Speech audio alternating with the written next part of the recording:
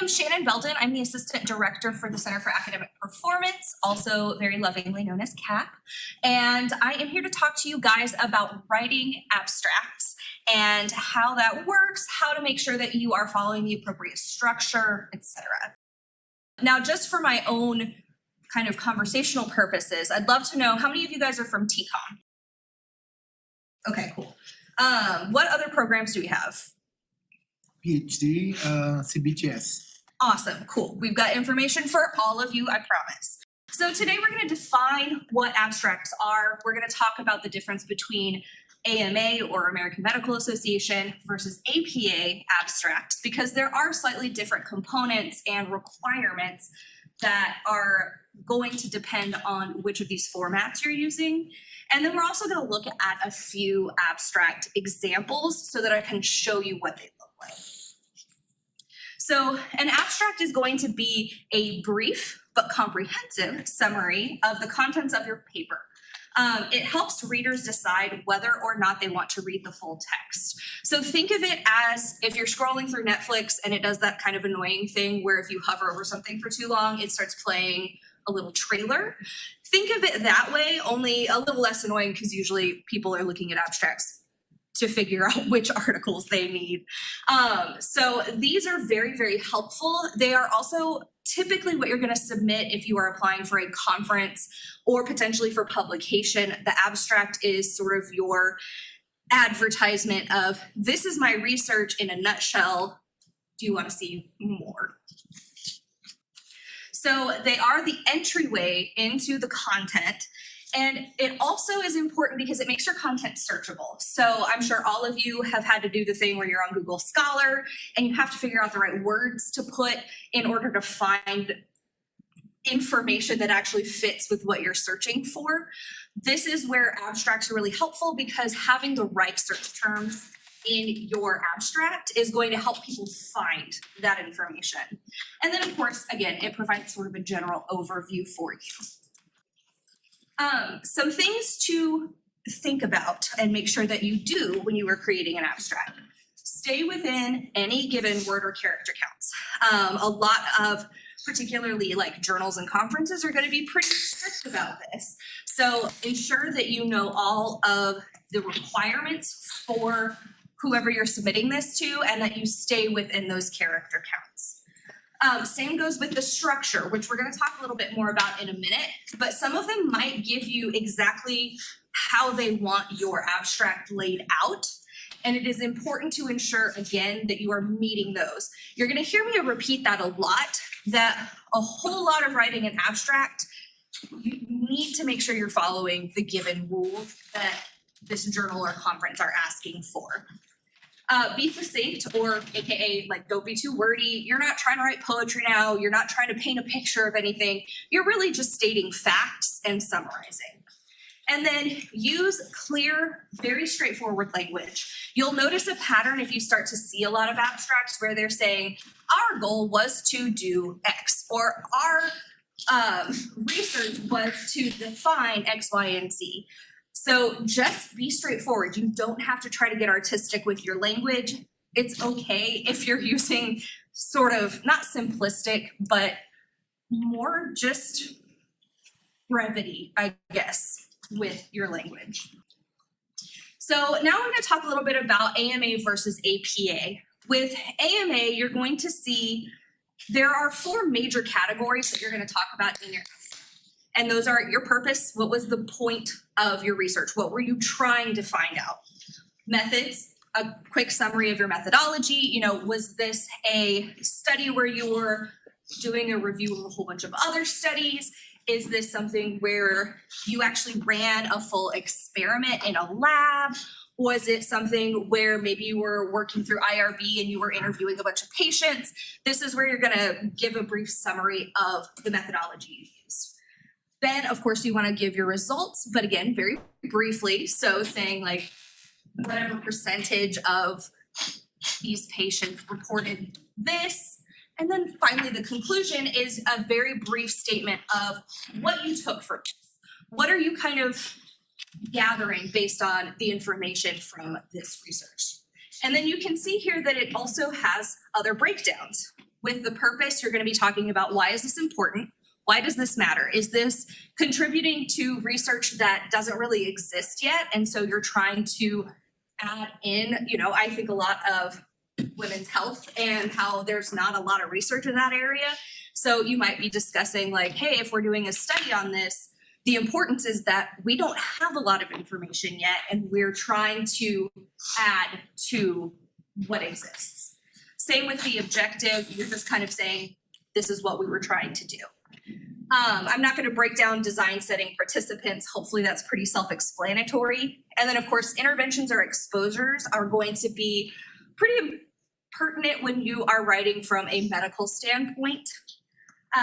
Results, and then of course, conclusions, relevance. How is this information going to help people? I often see, particularly for studies that are done in a patient setting, people will kind of end by stating, we are hoping this will help physicians better work with this demographic of patients, or help spread awareness about this particular condition so that more patients are able to get treated. That's exactly what you want in your conclusion. Now, this sounds like a lot of information for a pretty short piece of writing. You can see in the abstract, they have the or in the APA abstract format, they have the exact same 4 major components: purpose, methods, results, conclusions. However, some of this is going to be a little bit different for APA. One of the big ones is you're proposing the problem. You're not necessarily talking as much about the relevance. You're simply stating, this is what we were looking at. And then this is actually where you would say what your participants or data is. If you're doing research on flies, or if you're doing research on people, or whatever you happen to be doing research on, you're not laying out the methodology. You're simply stating, we were looking at this particular group. Methodology, results, and conclusions are fairly straightforward with APA. So APA is a little simpler than the AMA version, but again, it just depends on kind of where you're submitting as to which one of these formats you are going to be required to use. Now you'll notice that on this slide, we have some highlighted colors for the purpose, methods, results, and conclusions. And that is because I wanted to show you guys a good method for evaluating your abstract after you write it. Now bear with me because I know this is very colorful and bright. Once you've written your abstract, if you are wanting to double check, did I cover everything that they wanted me to cover? Doing this is a really good way to quickly figure out if you have all of the components required. Simply highlighting based on each of the 4 sections to see, okay, how much information do I have for each of these? And is there anything that's missing or that I needed to expand on? So you'll see here, they do have all 4 colors. Granted, of course, the methodology and conclusion are a little bit longer. That's not terribly strange. Usually your purpose is going to be a 1 or 2 sentence explanation. Methods and conclusion, where you're kind of laying out, this is how we did the research and this is how we're interpreting the research. Those are usually going to be a little bit longer because there's more information involved. So I want to show you a few abstracts. I promise I am not going to read all of these out loud to you. That would be very boring. But you can also see this is another way for people to keep track of their abstract sections. You'll see they've got each of them sort of like highlighted in green. It says purposes, methods, results, conclusions. This is another good way to structure it so that, again, you are able to ensure that you have every single component required. And then depending on where you're submitting to, you can go back in and delete them before you submit the actual abstract. So we're going to break some of these things down a little bit further. Before I get into it, does anybody have any questions so far? Awesome. So the purpose, I already talked a little bit about this, but this is where if you had a hypothesis, if there was a specific question you were trying to answer, if there was a theory you were testing out, this is where you're going to state that. It does help you streamline your writing. This really is the intro. A lot of people are going to read that first sentence and say, is even the rest of this abstract worth reading? human brains are very focused on, is this actually helpful or not? And if it doesn't look like it, we're going to move on right away. Think of like TikTok scrolling, where we make that decision in a split second if we want to keep watching that video. It also provides a clear incentive for the reader. Is this something that I want to know the answer to? If we've got a question or a hypothesis, am I interested in knowing how this is going to play out? Very, very short and to the point. As I said, usually 1 to 2 sentences max. When it comes to the participants or data sources, this was more of the APA formatting. This is where you would give an explanation as to why this was the demographic you chose, or why you're doing this experiment on this particular animal species, or what have you. If it matters, you can talk about how they were acquired. So I think a lot about, again, in clinic research, where it's sort of we were talking to patients who were already coming into this clinic. That's usually where it's a good thing to state, like, how did you know these people? Were they, your best friend that you were asking these questions of, or were they actual strangers who you were getting data from? You can blend this part with methodology. So I will say, one of the things, I know that this was sort of kind of the arrow went to purpose.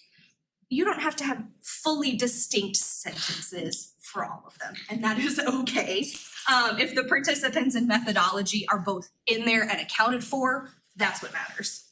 And then again, if you are using non-human species, this is where you would give the actual Latin names that are always really fun to read and say and tell if you spelled them correctly throughout.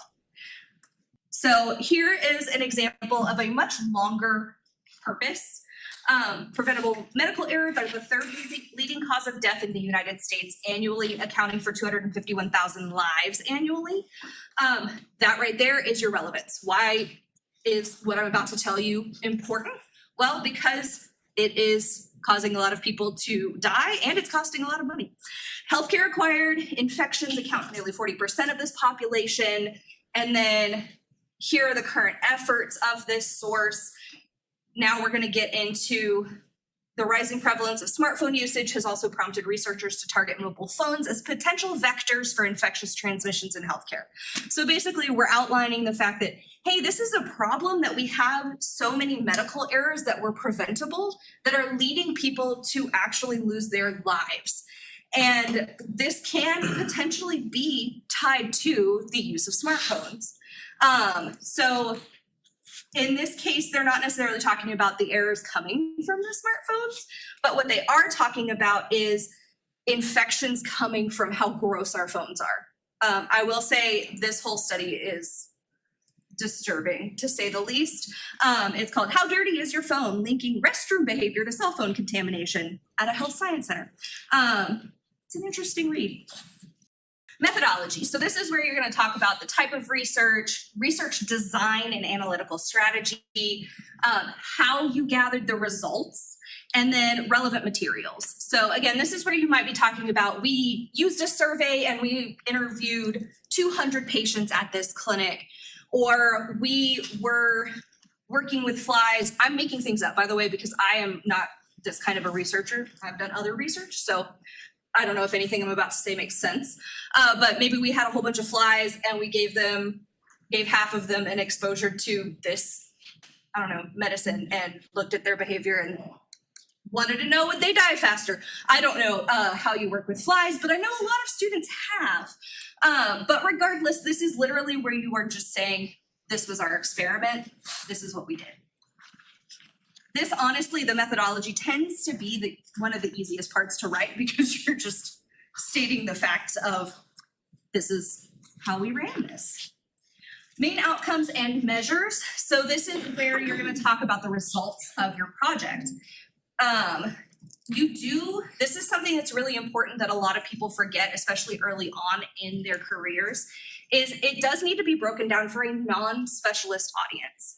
Even if you are submitting to a science or medical journal, science and medicine are very broad. There's a lot of things encompassed in both of those.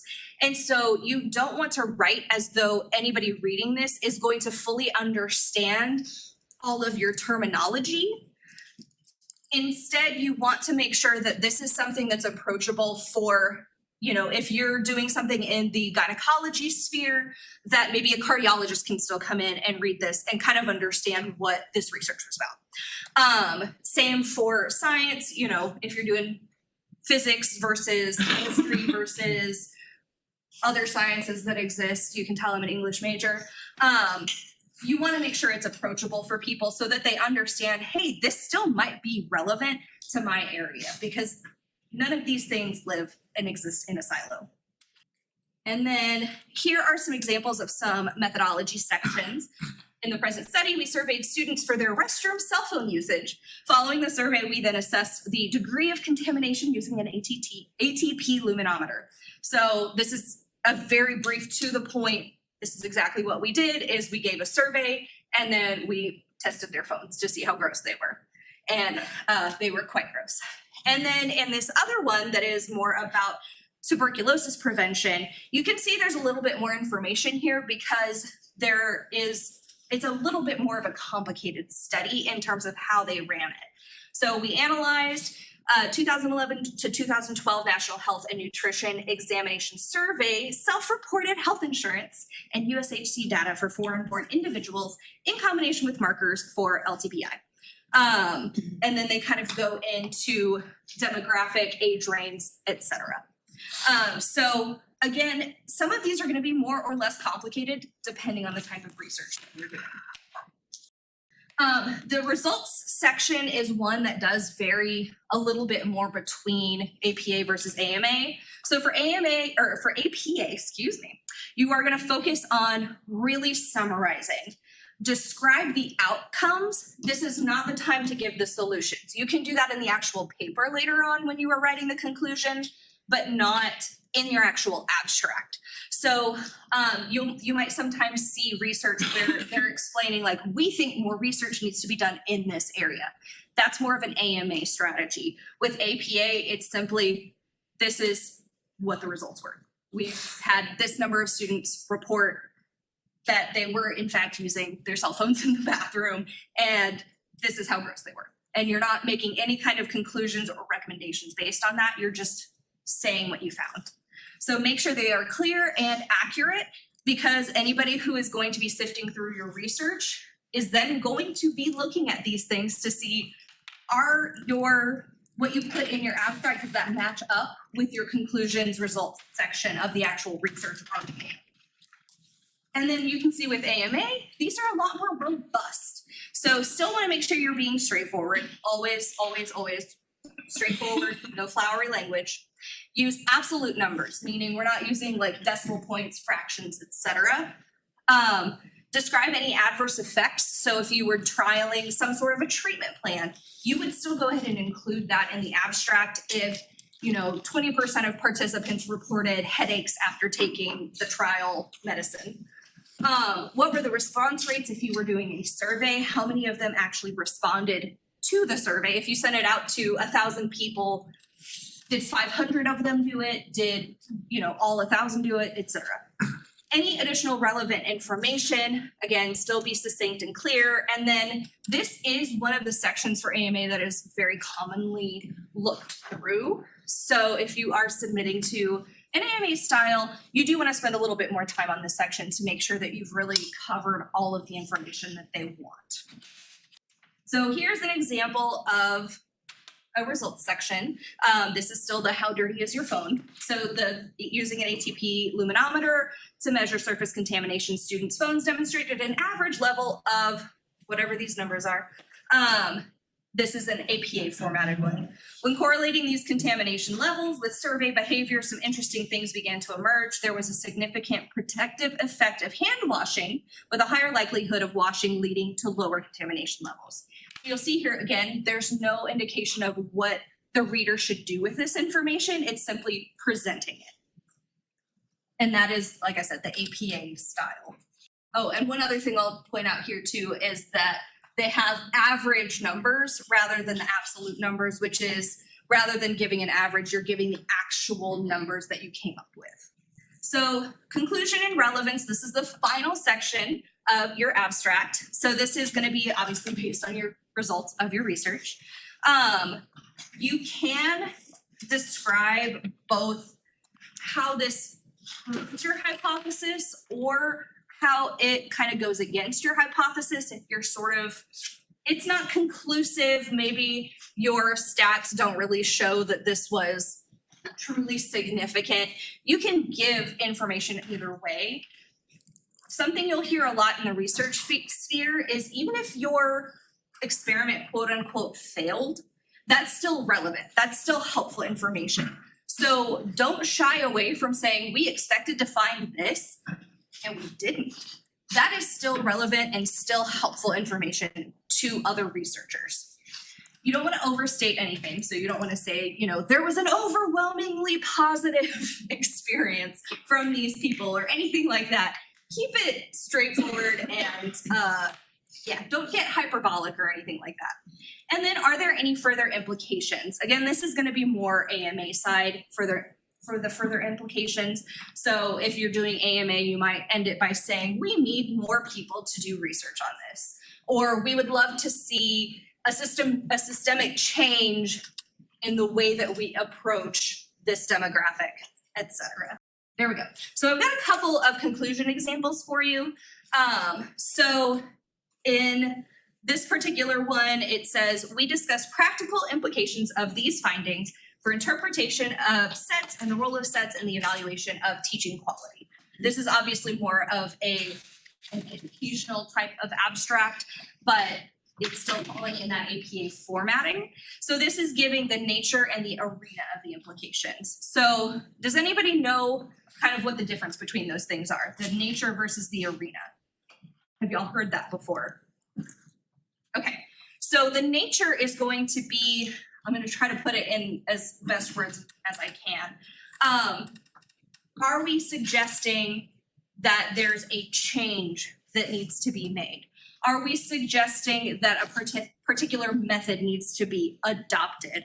That's going to be the nature. What kind of implications is this giving? The arena is going to be the overall sphere. Is this for the clinical sphere? Is this for family medicine? Sometimes you'll get a little bit more specific in terms of this really applies to this type of physician or this type of scientific research. So this is more of, if you think of an arena as like a big old playing field, it's sort of the, who are the players on this field? That's your arena. And then what do you want them to do? That's going to be your nature. I don't know, I'm getting into sports metaphors, but the nature would be like the plays that we're going to call for these players. And then this conclusion says, our data suggests that in the context of fake news, deliberation facilitates accurate belief formation and not partisan bias. So this is obviously about fake news. So this one clearly indicates what the conclusions were, that our data suggests that is a really good way to frame your results, especially because you're saying suggests. So another common thing in science is that nothing is ever 100% proven. There are always going to be new theories, new ways to look at it, holes that you can poke in certain things. So using words like suggest is usually recommended because that way you're not saying that this is 100% all the time, every situation accurate, but just in general, this is suggesting this. But in this, they are giving a very straightforward explanation of what they found from their research. And then they do hint toward that future application in terms of their kind of, if you wanted to read it this way, recommending that having a little bit more deliberation over the type of news that's being given will help people form more accurate knowledge and understanding and beliefs about, is this news real or is this fake news? Is this somewhere in the middle? So basically it's saying like, yeah, if people take the time to think critically, they're going to have a better idea of what's real and what's not. And you can see that it's a good one because I have not read this article. I have only read this sentence of this article. And as a reader, I was able to put it into my own words. That's usually a good indication that you have a strongly written conclusion. Here's a much longer one. This is again from the How Dirty Is Your Phone? And you can see this one's a lot longer than the last two. This is probably more indicative of what you're going to see in the scientific realm versus the other ones, which were a little bit more in the like sociology, psychology area. Cell phones offer a world of information at the provider's fingertips, allowing for higher quality care than ever before. However, these can easily become contaminated and are rarely disinfected. So you'll see here, they're still setting up this information and why it's important. Taken together, the results of this study established some of the first evidence for cell phone use behavior leading to surface contamination. So again, they're still kind of explaining why this matters. How is this relevant? And using words like first is going to be the type of thing that later on in the future, when people are referencing things, that means that this is going to be one of the original research articles that's cited. To prevent these new smart devices from becoming formites for infectious spread, it is the responsibility of health systems to implement cleaning protocols. In this one, they are actually giving a call to action. And then this may reduce the overall rates of HAIs and preventable medical errors for patients across the United States. Again, note the use of the word may. They're not trying to talk in absolutes. Keywords, I promise we're getting close to the end. If your paper is going to be published, you might have to add some keywords at the bottom. So if you've ever looked at research and noticed after the abstract, it'll say like keywords, and then it's almost like, if you're familiar with search engine optimization, it's very similar to that. Or I guess also if you're on the internet and people use hashtags to kind of make it searchable so people can find their videos, it's very much that. The keywords should reference the most important elements of the research to help readers find it, basically. And this is also something that I believe the librarians can help out with when you are kind of coming up with keywords to make things more searchable. But I'd also like to open up the floor. Does anybody have any questions? Yeah. So how do abstracts differ between like a review versus like an experimental paper? So a lot of it's going to come down to the methodology section. So if you're doing a systematic review, you'll be talking about where you found the research. You know, were you exploring a specific journal? Are there multiple journals you were looking at? Were you looking in the NIH database? That kind of thing. And then you're typically also going to list the number of articles that you reviewed. And then sometimes I will also see them where they've listed like what some of their search terms were. So it was like we did a review of 250 articles. That's a lot, but we did 250 articles that had the keyword of, I apologize that my head is so in the gynecology sphere right now. I don't know, but like they all had endometriosis in them. I doubt there are 250 articles with that, but you never know. And then, so you're basically, instead of saying we had this many people from this demographic, you're saying we had this many articles that had this particular keyword in them. Good question. Any other questions? I will also plug CAP as a resource. So if you are working on an abstract and you get stuck, or you just want somebody to look it over and say, hey, do I have any major typos? Either one is fine.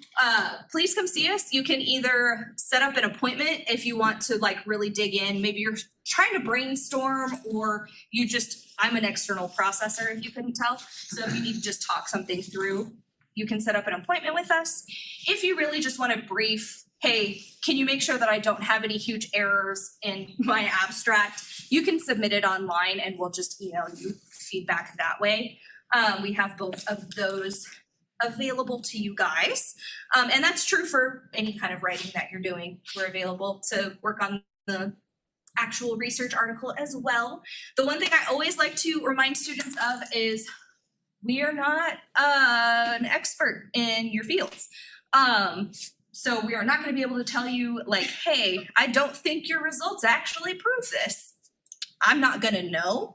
I've read a lot of research articles, but that does not mean that I'm going to be able to analyze the information for you. What I can do, though, is tell you whether or not this information is readable, if it's got a good flow, if the information is in the right section. You know, if I'm looking at something and I'm going, wait, you led with the methodology, we might need to reorganize this.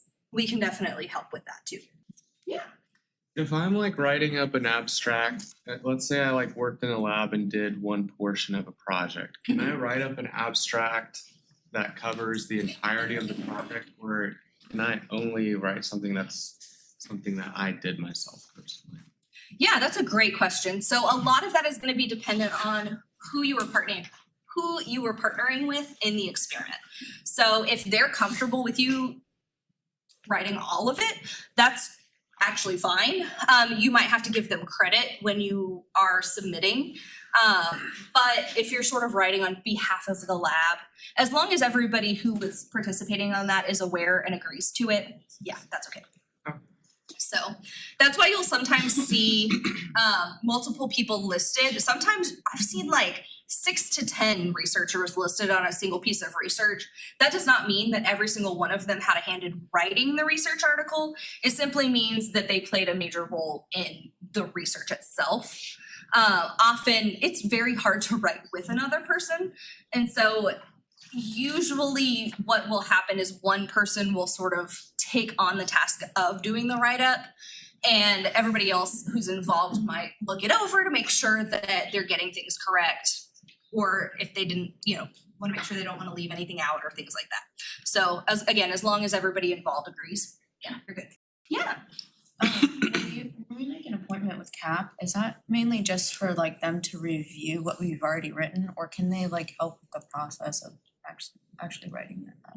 So right now the they would be me, and yes, I can help with the writing process.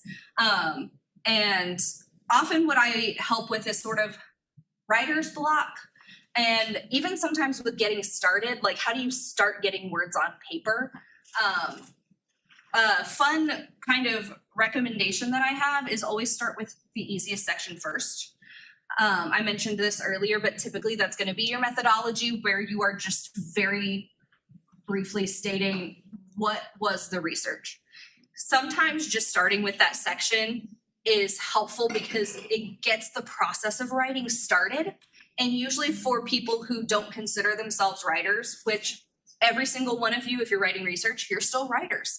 But I know not everybody has a really strong comfort level with it. And sometimes just getting some words down is really the hardest part. So start with whatever section is going to be the easiest to write. But yes, we can still help with the process as well. I know I kind of expanded on my answer, but any other questions? Well, as you can see, there's some other conference ready series stuff coming up. So they'll be doing one over a creative poster design, effective visualizations, engaging presentations, and publishable materials. I'm also going to go ahead and plug the fact that I will be back next week to be talking about how to write a case report. So if that's the kind of research that you're doing where you're looking at a particular patient and explaining, how would this patient and their experience be relevant to the medical field, I will be talking about that next week with the librarian. One other kind of piece of advice that I didn't mention, but I should have. If you are still struggling when it comes to the formatting, and I know that tends to be kind of an overwhelming thing, but you're submitting to a specific conference or journal, go to that conference or journal website and just look at multiple abstracts. That will give you a guide for you to model your own abstract. So that's just kind of a pro tip if you're still feeling a little bit lost, is just look at what other people have done. But again, cap@unthealth.edu if you do have any questions, and I'll let y'all, eat more pizza or hang out or whatever you want to do. Thank you.